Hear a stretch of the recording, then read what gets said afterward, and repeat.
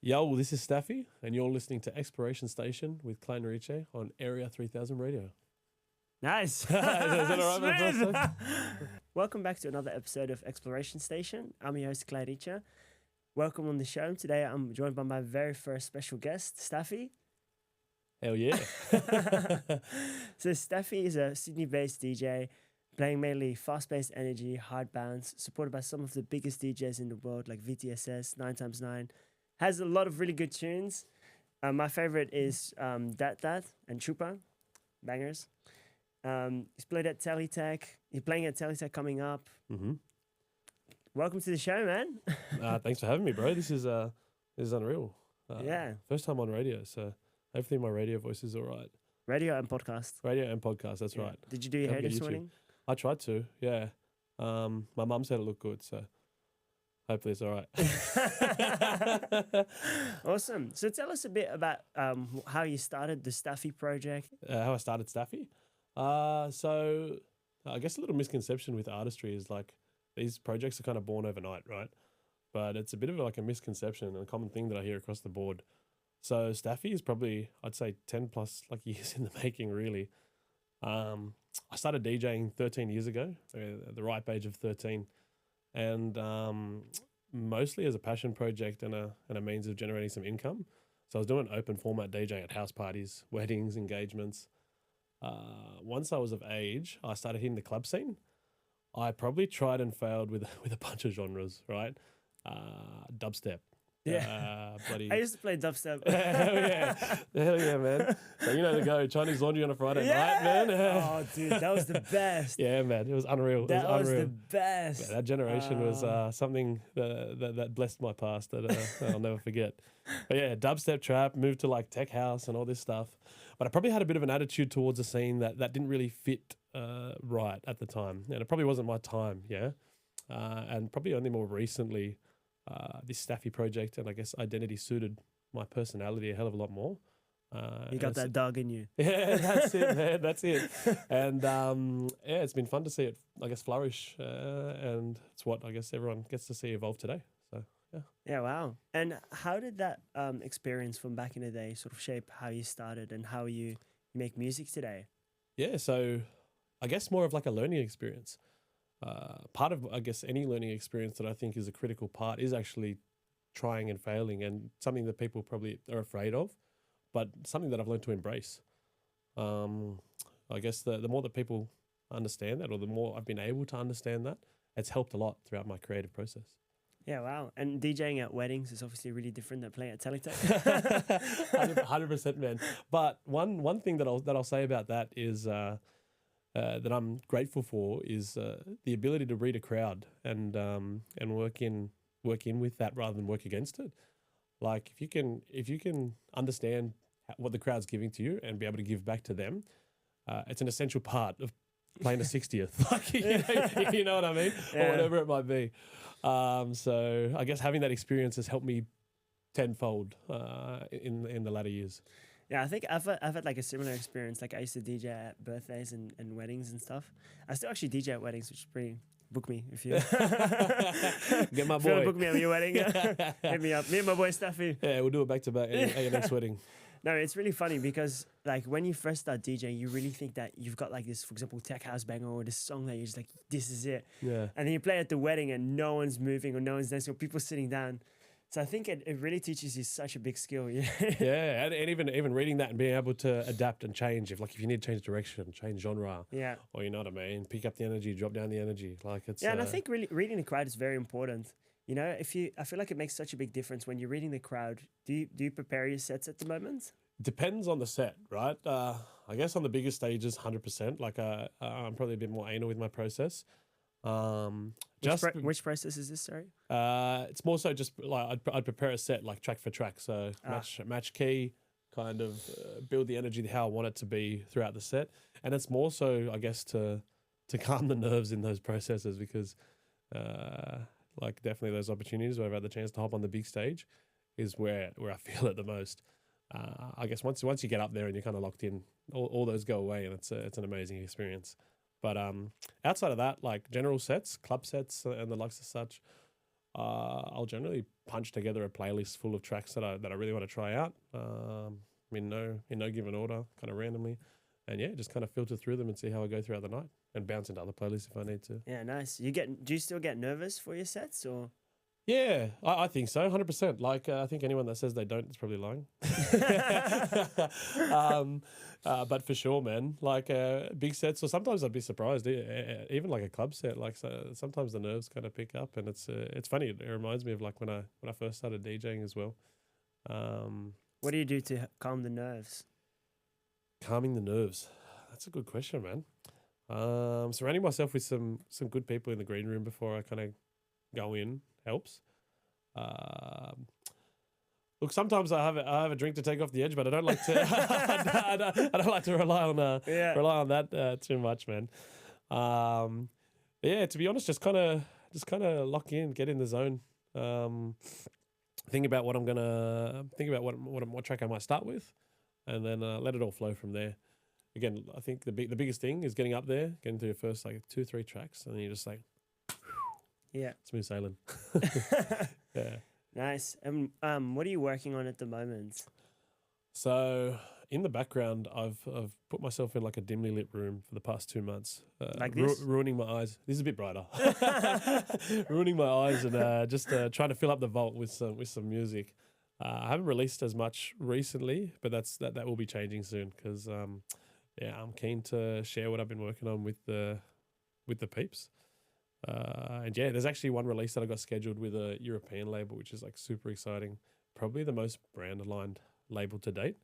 And I can't wait to announce that once we have a date set and everything ready to go.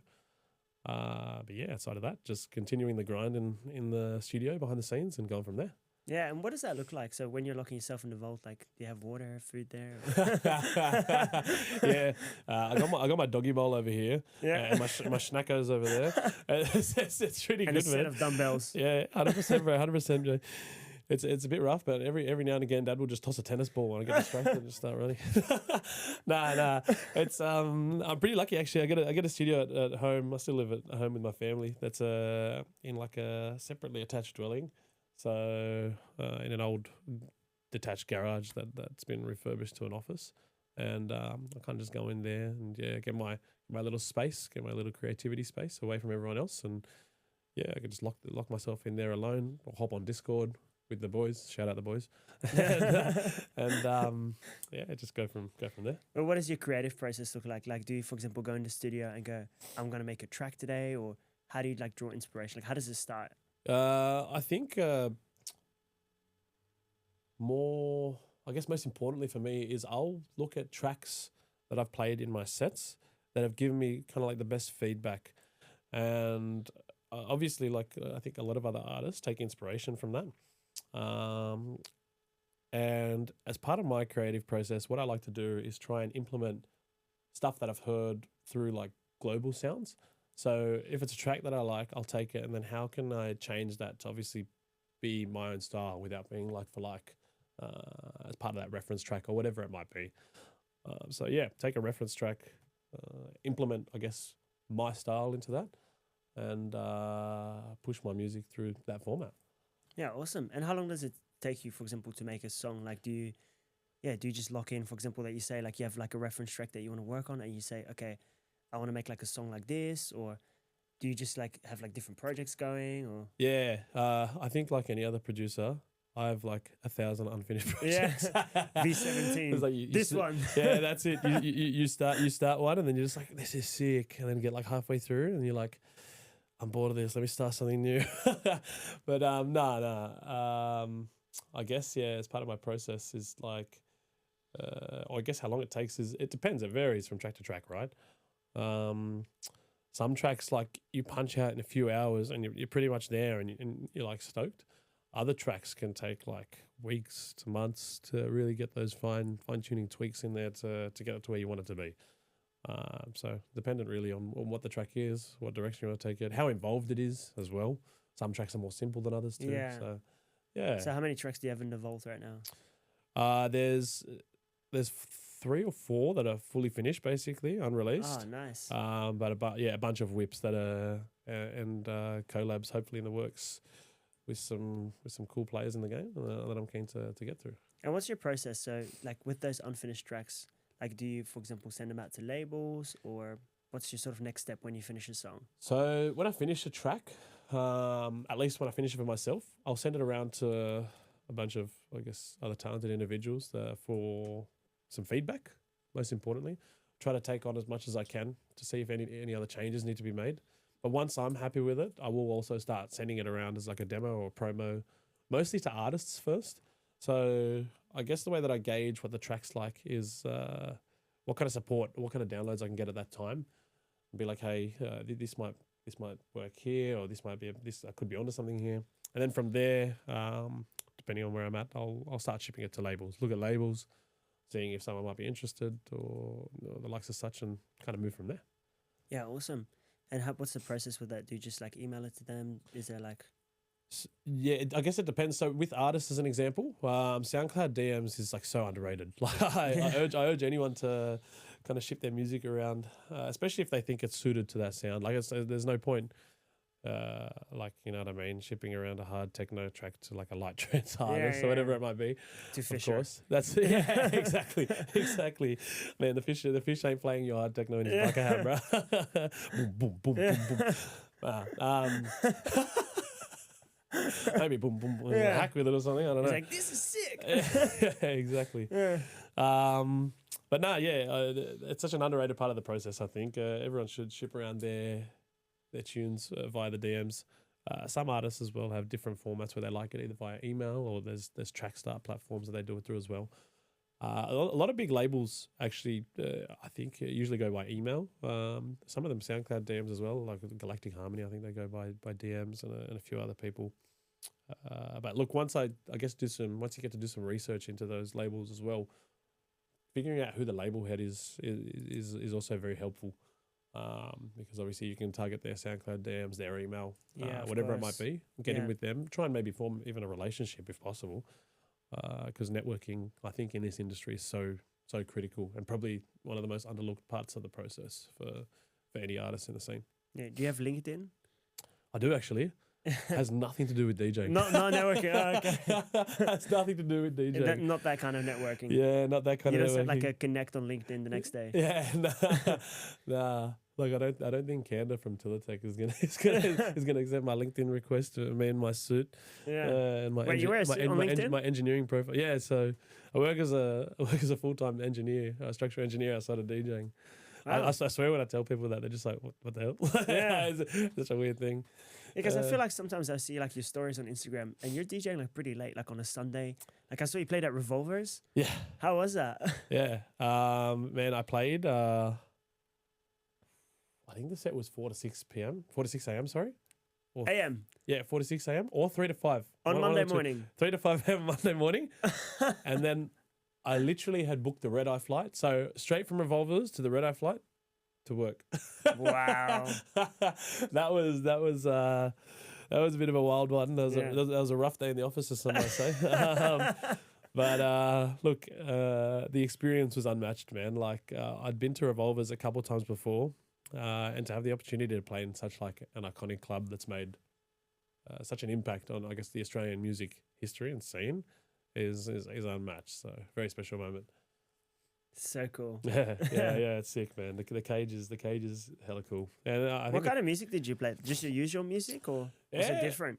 It was probably a mix. I probably tried to experiment a little bit too with some more wiggy stuff. Like obviously everyone, I think anyone who's had an experience at Revs has probably heard a track that's been, I guess, new to them. Like, you know what I mean, and probably open their eyes a little bit as to what music can be. So yeah, look, I still, because it was the first chance in that environment to, I guess, share what the Staffy brand was, I stuck true to myself. But in addition to be my normal sound, I guess, my curveballs swayed a bit more to kind of just, I guess, have a bit of fun in the cage.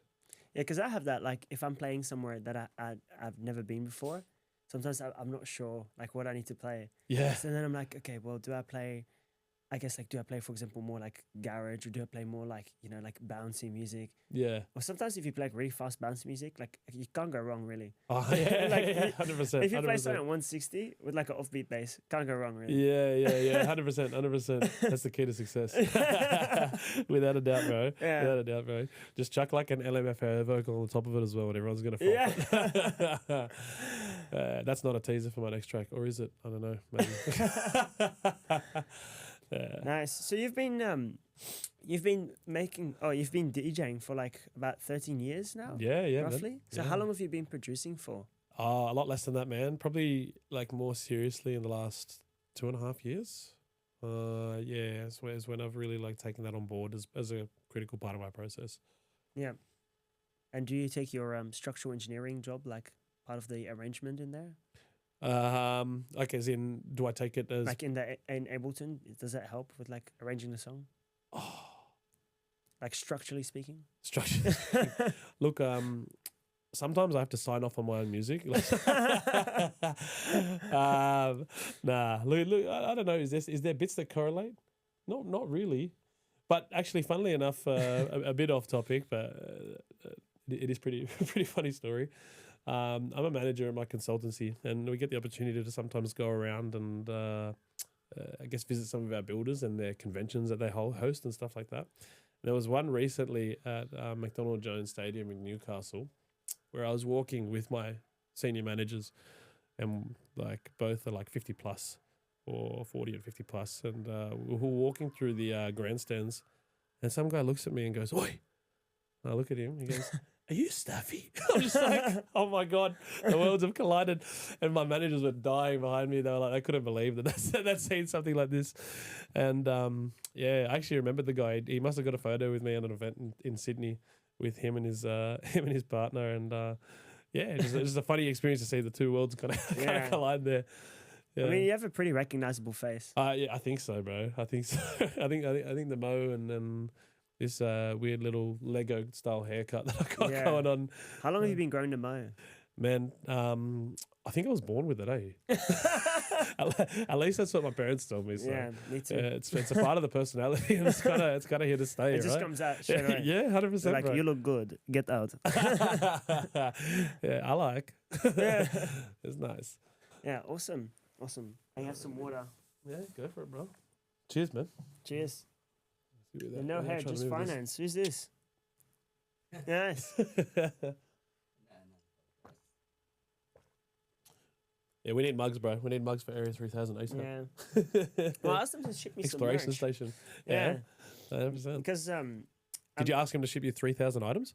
I said to them, at least like, you know, the microphone with the like the block thingy. Oh yeah, that'd be cool. 100%. Yeah, and it's just like Area3000. Yeah, that'd and be then sick. they were like, "Oh, we can send you like a tie. You can send it to your artist." I was like, "No, like I want like maybe like a background at least." Yeah. You know? Yeah, 100%. Or just 3,000, 3,000, 3,000, 2,000, 3,000, over and over again would be cool. Yeah. They've done it before. They did it at BTV. They Yeah, have, I like, seen that. yeah, and then I was like, "Hey, like, what'd you guys do with that?" yeah. Surely it's. I'm pretty sure it's like a layover sheet that they just put somewhere. You know? Yeah, 100%. Man, look good, man. Yeah, awesome. Okay, cool. Yeah, I think I want to talk a bit more about like you know, the background, like sort of like what inspires you. Yeah. I think that'll be cool. And then like just talking a little bit more about your journey, you know, like what are you most proud of, like, and just about DJing. Yeah. I think it'd be so interesting because put this away. That's all right. Yeah, so like I wanted to know more about DJing. Like obviously you've been DJing for so long, like, you know, is it really what people think? Like, you know, what is being a DJ really like? I don't know. There's probably a lot of glitz and glam around it.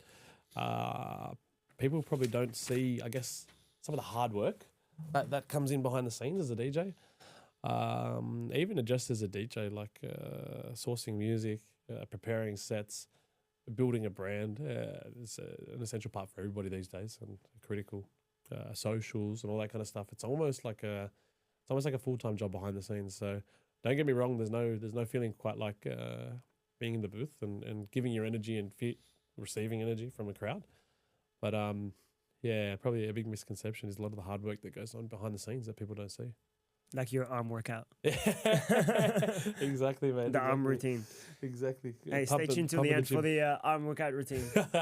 Yeah, no, we can dive into some secrets, bro. I'll reveal a few, maybe not all of them, but no, we're gonna get everyone looking juicy after this. Yeah.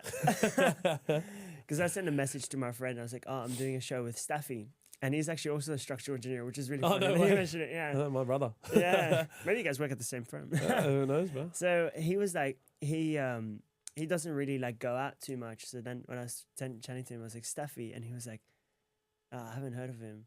And I was like, it's that guy with the massive arms and the mustache. You know that guy that made that song? It's like, and he's like, bro, that sounds like every techno song. It's so bad. That's fantastic. Yeah.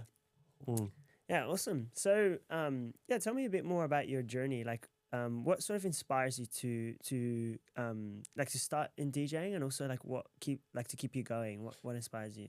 I think like initially what inspired me, I guess at the young age when I started, like I seen a few mates kind of having a crack at it and checking up some mixes, and I was always a bit of a music head. When I was super young, my mum put me into piano lessons, theory I think and practical. I ended up doing like one practical examination, one theory examination. And I hated it miserably. At the time, I hated it miserably, right? But now I'm actually like forever grateful that I kind of got put through that process. Having that music theory or some of that background has stuck with me since, especially from being at such a young age. Oh, I could probably play some keys, not the same as how like I used to play back then. Yeah. Look, if I pick it up and like I can still read sheet music and kind of probably play from there. So Staffy live in concert. Yeah. One day I'll be that the Chupo, the live orchestra version. Semi-Virgie in the Sydney Opera House kind of spec. Yeah. So yeah, piano lessons as a youngling definitely helped. Pretty diverse cultural background too. Dad's Lebanese. We had a Lebanese drum in the house. He taught me how to play that. I was always kind of playing that whenever Lebanese music kind of came on and stuff like that, right? So that helped me with my rhythm. Like I got a good sense of beat matching really and stuff like that. And yeah, from then on moving forward, inspiration has found its way through so many forms of music. Like as mentioned before, when I do my creative process, like I'm not just looking at a reference track for the genre that I want to create.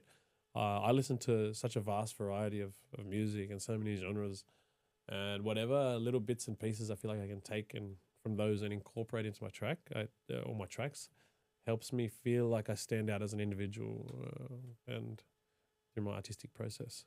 Yeah, that's really funny you said that. I've actually got like very similar experience. Yeah. Like my family's originally from Iraq. Yeah. But I grew up in Netherlands, so Oh, I listen to a lot of. We're gonna get some Iraqi hardstyle in a bit. Yeah, exactly. No, I get really inspired by like Arabic music. Like I think it's so cool. 100%. Like, have you been to those Arabic restaurants where there's like just the one guy shredding on the double keyboard? Yeah, bro. Yeah, it's nuts. Like, what is that? Nuts. How is that possible? One guy, the whole band. Bro, they're wild, and they have their own instruments that hit like tonality that no other instruments can kind of hit, like the oud and stuff like that. It's insane. But I think that I just think it's so cool. They've got like they've got the drum kit, like all the drum patterns. Man, there's everything there. They're basically like an Ableton live set. Especially, and sometimes there's a place in Bankstown. It's called like Summerland, and they have like the guy there. He also sings. Yeah. So he's got the double keyboard. He's doing everything. And he's singing. I'm like, dude, what? Like, what? This is the Johnny Sins of Arabic techno. Like, what is it? What can't this man do? Yeah. I love that. The Johnny Sins of Arab techno. Yeah. That's hilarious, man. Oh, too good. Too good. It's actually amazing. I just feel like that kind of music really inspires. That's my dream. Like one day to be able to play the Arabic keyboard. Yeah. Like it's just so like it has such a variety of music. Like back in the day, they used to have like a whole band for that. Yeah. There's this one Turkish band that I listened to from like 1995 or something, and they had like everything. Like, you know, they had like drums, they had like the synthesizer, they had the the flute. The flute, yeah. The one that they play at the weddings and stuff like that. Yeah, that one. Yeah, I just had it at my brother's wedding. Yeah. So that one, and then they have like the whole band, but now it can just be done by one guy. Yeah, I know, man. It's insane. It's just like, but it's so insane. Like anyone that hasn't done it really has to check out Arabic Restaurant. It's so good. And shout out the Arabic food as well, bro. Like honestly, people that are afraid to venture out to Western Sydney, you're missing out. I'll tell you that much. I don't have to sell it much more than that. But What's your go-to spots? What do you like eating? oh, eating? Oh, bro, man. Honestly, recently the family has been hitting up some Afghani spots in Marylands. Yeah, Bro, Afghani food slaps. really? It's so good. Yeah, skewers, rice, the khibbers or the bread that they do is insane. And then they have like yogurt and chili sauce on the table, like a Oh, nice. vinegar-based chili sauce, and it's like so in your mouth. Yeah, nice. So Yeah. they do it like, is it like char grilled like beef or something? Yeah, or- yeah. It's like a barbecued skewers kind of thing.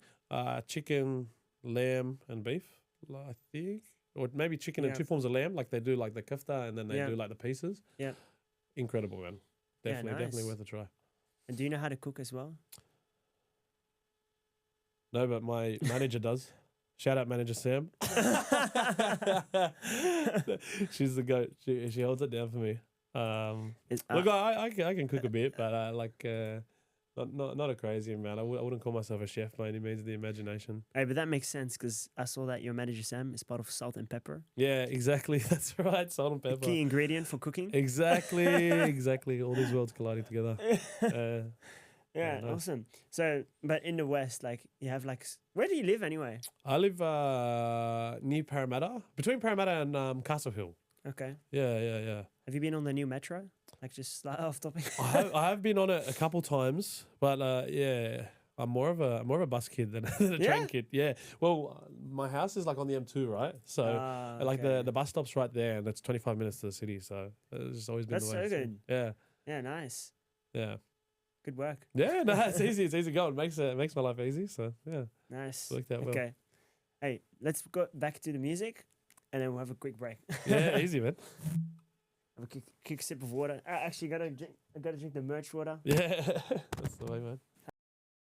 Klein Rietje. How do I say your last name? Rietje? Rietje, yeah. Rietje? Klein Got Rietje. Klein Rietje. Yeah, it means little straw in Dutch. Yeah. It was like one of the only Instagram names that was just like at Klein Rietje, Yeah. because like I speak Dutch as well. So I was like, this is pretty cool. It was either that or DJ Baby Spinach. So Yeah, man.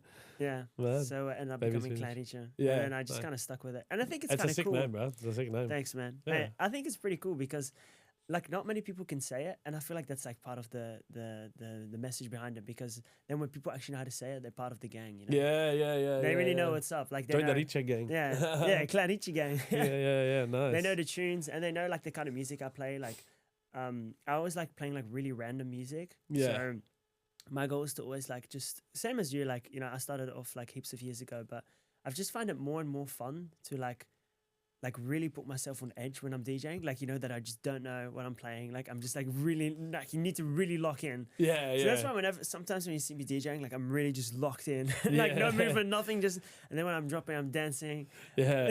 100%. Yeah.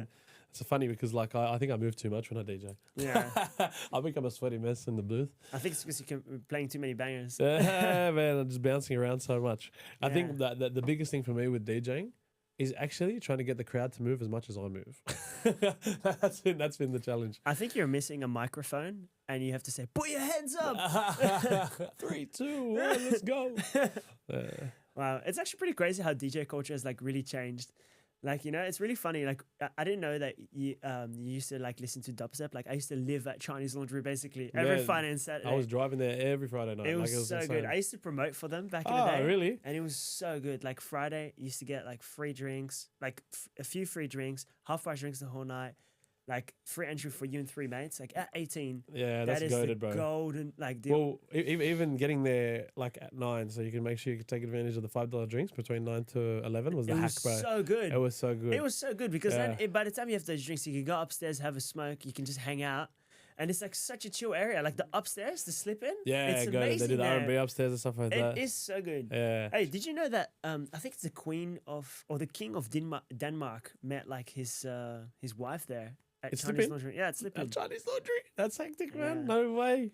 Yeah, so if Yeah, you're shout out single Chinese Laundry. and a royal, Yeah. Shout out to Chinese Laundry, man. Oh, shout out to Frankie as well, my manager. He's the one who gave me like one of my first club sets at Chinese Laundry back in the day when he used to run the joint. So, Shout out he's, Frankie. He's the goat, and Chinese Laundry, OG Chinese Laundry, man. Shout it out. yeah, So good. so good. Yeah. So But you know, it's actually changed a lot now. Like in Sydney, the scene as a whole, the yeah, scene, like we don't really have like a regular sort of club man, weekly. besides laundry. Yeah, yeah. Well, I mean, the weekly. I feel like the weekly scene is quite dead at the moment, man. It's kind of tough. Like, and I feel for like artists, and it's tough for us to have an outlet to kind of to put ourselves out in that respect. And I don't know what it is. I don't know if it's the current climate with how expensive everything is, Yeah. or people kind of holding out for the bigger ticket shows and stuff like that, which is generally what I see happening. And don't get me wrong, our big ticket shows in Sydney are awesome. Like people would love to come to them. Like the block parties, obviously when your tellies roll through, or Intercell or whoever it might be, right? Those shows are awesome. But I feel like there's a gap there in the market, and yeah, look, it was tough with obviously all the government regulations that they put in place after the cross and everything like that. That's what I grew up with the lockout laws. Yeah, yeah, man. I'm the same. I'm the same. Yeah. And it's tough because I think they've already, unfortunately, just had such a profound impact that it's so hard to kind of recoup from there. Yeah, I think it's a generation of like it's probably going to be a whole generation that's going to like miss out on that sort of scene. Yeah, yeah. Until we sort of like get back to it. But I think the other thing is like also it's really I think it's the cost of living. Like before, like what you said, it was so worth it. Like we could go 9 to 11, we get the early bus in. You know, it was like $4, $3 to get on the bus. Yeah. You have like $5 drinks, and like, you know, you have like 4 or 5 drinks. You're kind of set for the night. Yeah, exactly. You know, exactly. and then you just like have 1 or 2 drinks, and that's it. You spend like $60-$70. Yeah, bro. But now it's really expensive, and especially if you want to Uber, like the public transport in Sydney is pretty average. Yeah. Like, you can't get a train. Like the buses, like the night buses, is like once every hour. Like it's pretty difficult. Like yesterday, for example, I can't remember what I did yesterday. I went out for dinner, and then I went to the Star. Yep. Yeah. Yeah. Nice. Which is cool. You win? And then I won. Hell. Yeah. Yeah. Yeah. That's cool. You got to win for us at least. I'm wearing the suit. I have to win. Yeah. Do you have the tie on? Yeah. Yeah, fantastic. I mean, it is really winning if you put $1,000 in and then you lose 1,000 and you pull out 2,000 and you pull it out, you kind of won. Yeah. Yeah. That'll do, donkey. That'll do. At least we can tell ourselves that, right? Yeah. You gotta make ourselves feel better about the process. Yeah, exactly. Hey, I studied economics, so Yeah. it's justified. You know the guy. You know the guy. Exactly. But even then, like yesterday, like it was so hard to get home. Like I was staying in Randwick, and like Randwick to the city is like 7 kilometers from the Star. Yeah. Like Uber was like $60. Oof. Yeah, and Jeez. then I was like, oh, I'll just ask the taxi. You know, no one catches taxi. But like, I was just like, I'll just ask, and they were like, $80. I'm like, dude, it's 8 kilometers. Like, what is? No, 7 kilometers. Yeah, that's And they're like, nuts. yeah, it takes 20 minutes. I'm like, okay, but like, how is it charged? Like, can you explain to me? And they were not happy. yeah. And then Sack 'em, on we to were the like, next. okay, well, let's get the light rail. Like, at least we can walk to Central or something. Light rail's closed at 2 a.m. Like after 2 or 2:30 or something. Yeah. And then I was like, dude, what is this? Like, so then we ended up just getting a Lime bike. It was so much fun. We did like a tour of the whole city. Nice, bro. Bro, Lime bikes are like the most underrated like thing in any city. Like I did a recent holiday to Europe, like last year. More of a holiday, nothing related to DJing or anything like that. But it was last year or the year before. I mean, either or. Lime bikes are the best way to see any city. Like if you're on a bus or in a car, you don't really take stuff in. Man, on a bike, I remember I was going around. A new K-Train album just dropped. Had my AirPods in or an AirPod in, bumping that shit and running around the cities. Beautiful, like a hectic experience. Yeah, I feel like you're just so locked in. Yeah, You're just like, and you have to concentrate. Like in the car or in the bus, you just put headphones in. You just want to get there. You don't really enjoy the journey as much. yeah. Like when you're 100%. riding the bike, you're really enjoying the journey. You're like, shit, I gotta lock in. I don't want to fall off. No, without a doubt, man. Without a doubt, that's what it's like. You're but- practicing from when you're DJ in Netherlands. Yeah, Because we just ride the bikes everywhere. exactly. I did a bike with my brother. We tried a tandem bike. It's hilarious, man. Hilarious. It's very difficult. Yeah, exactly. I got a funny story from the Netherlands actually, if you want me to share. Yeah. When we first got there and got our bikes, me and my brothers, I shouted out the idea that it'd be cool to take them straight away after hiring a bunch of push bikes to go to a coffee shop, right? And we went to the A Dutch coffee shop. Yeah, the Dutch coffee shop. Yeah. To obviously drink some strong coffee, right? Yeah. And let's just say that the coffee was like really strong. Yeah. And And we stepped outside, and I was like, "Look, let's go for the bike ride now. It'd be awesome." They're like, "Nah, bro. Like this coffee's too strong. I don't know if I can do it, man." Yeah. I was like, "Nah, let's do it. Let's do it. It'd be awesome." And like eventually, I convinced them, right? And we're obviously all there walking. We haven't got our eyes open too far. I get to the bike, and the bike's locked with a key. So you got like a lock on the back of the bike and another lock, I guess, on the gears or on the front or whatever it is. I have the key in my hand, and there's two separate keys for those two separate locks, right? And I'm just like, I try the one key and it doesn't work. I'm just like, must be the second one. I tried to toss the keys in my hand to flip it over to the next one. And like an idiot, I threw the keys straight into the canal. Oh, no way. I swear, bro. I swear. So like not even like, I'd say an hour into this Netherlands trip, and the bike store had warned us, like, if you lose or damage anything to do with the bike, it's like 500 euro. Yeah, I tossed no. the bike's keys into the canal. I have to pick the back wheel that's locked of this bike up and walk it like 2Ks to the nearest bike shop. Luckily, it wasn't 500 euro. It was only like 20, 30 or something like that to get a replacement key. But just like they were dying, my brothers, and so was I. To be honest, it was quite a hilarious start to the trip. That's so funny. Yeah. Are you really close with your family? 100%, man. Yeah, family's important to me. So we're pretty tight. How many siblings do you have? 2 brothers. Nice. Yeah. You've seen that Rick and Morty show? It's just called Two Brothers. It's just called 2 brothers? Yeah.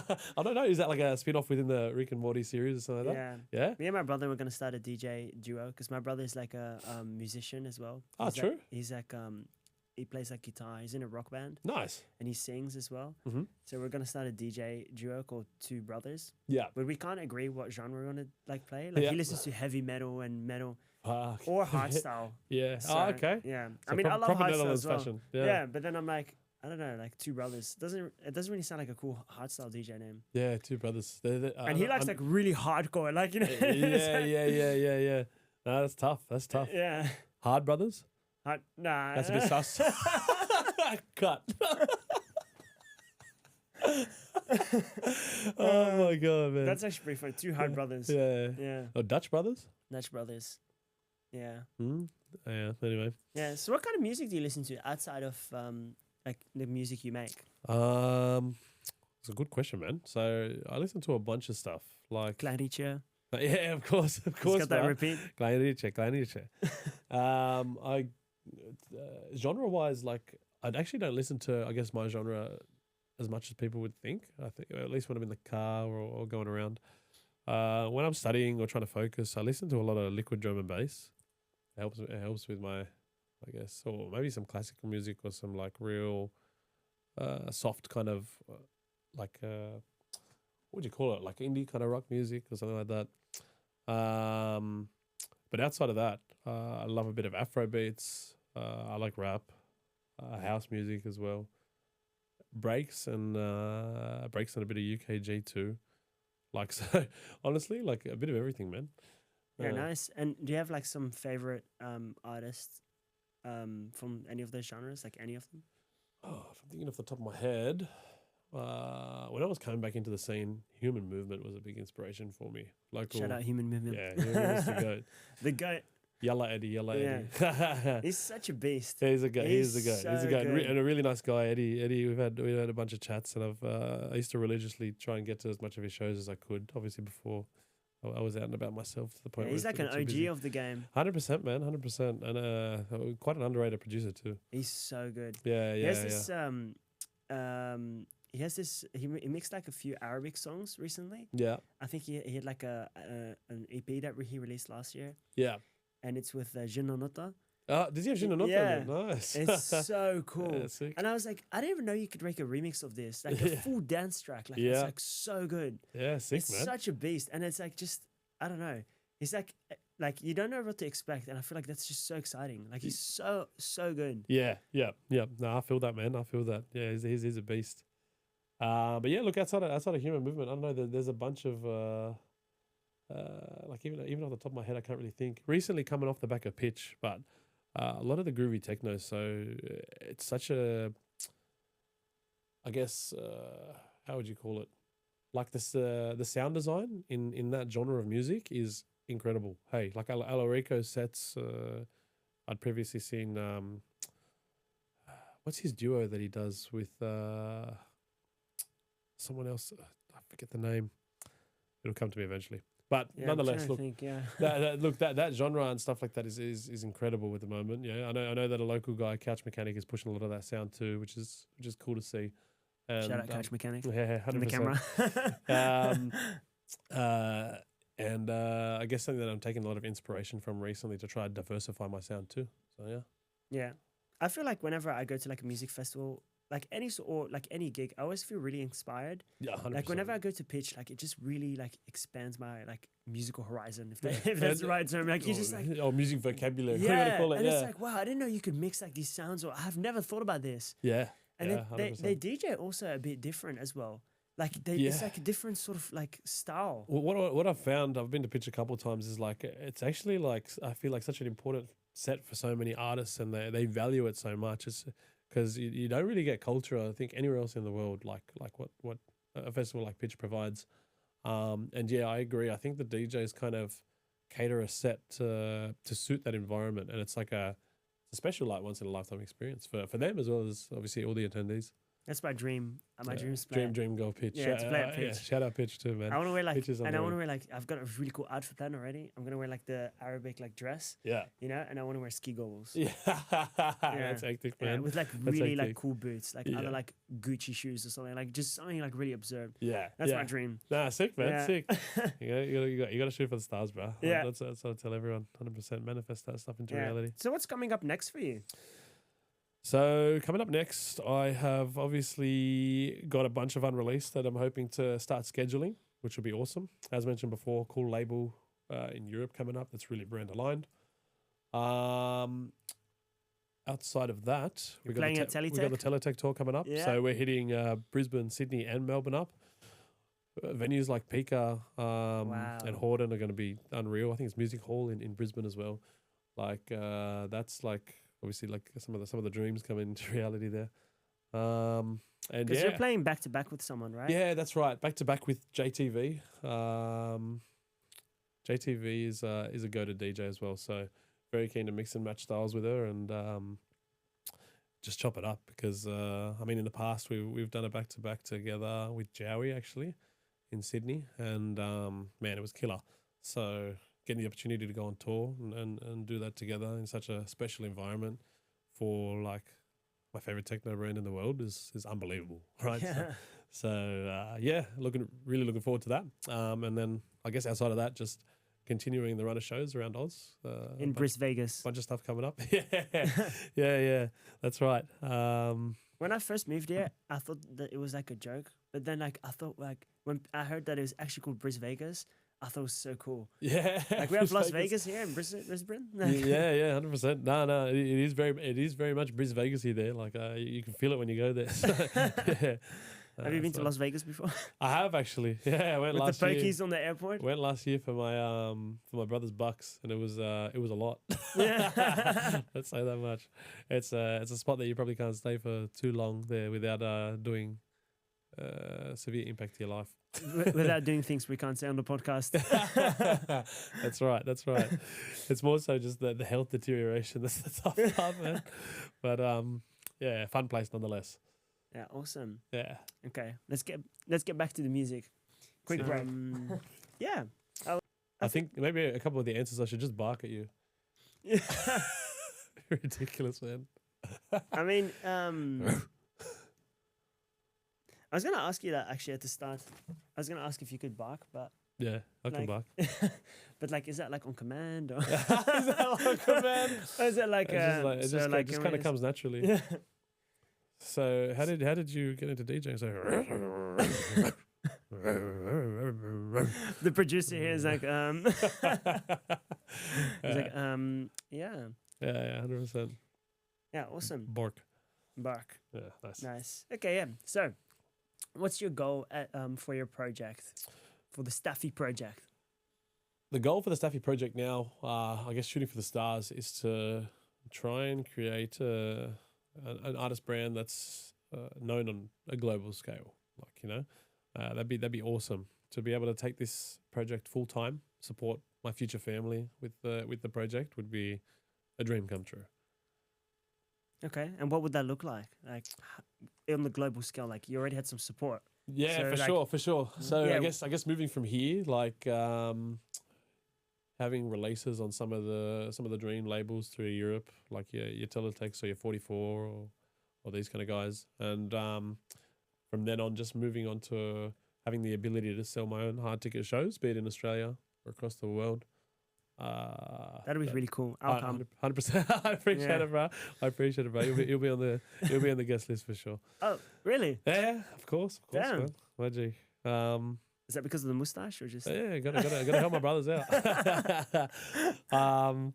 But yeah, look, I guess that's the goal for sure. Like having that ability to be a name that's known enough to attract the attention that's warranted to do that full time would really be the pinnacle for me. And I think like from another side, like I've seen you DJ before, like in the crowd, you know, and I feel like you've really got that special sauce. You know? Special sauce. You got that special sauce. I feel like, and actually, if you think about it from our perspective, like as your fans, you know, you already started to get some traction. You know, you're playing on tour, so I'm like personally, I'm really excited to hear like the upcoming songs. Yeah, awesome. And I have really- to give you a teaser after this. Yeah, I'm really excited to hear like upcoming songs, and I feel like they're just appreciate it, very like, you know, it's just like drop after drop, and it's just like there's not much break, and I really like that. Like you're constantly dancing. Yeah, And the break, I feel like, is almost done intentional.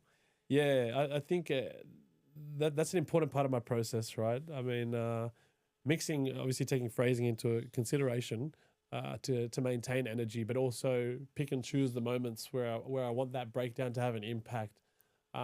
Really helps, and it's really, I guess, really giving when I'm mixing like that. And you get to the breakdown and the crowd's like kind of cheering or clapping or doing whatever they might do through there. You're just Or like barking. or barking. Whenever the crowd's kind of getting amongst it like that, it's a key indicator that I feel like I'm doing something right. You know what I mean? And bringing them along for that journey with me. Yeah, amazing. All right, awesome. Well, thank you so much. Of Thanks course.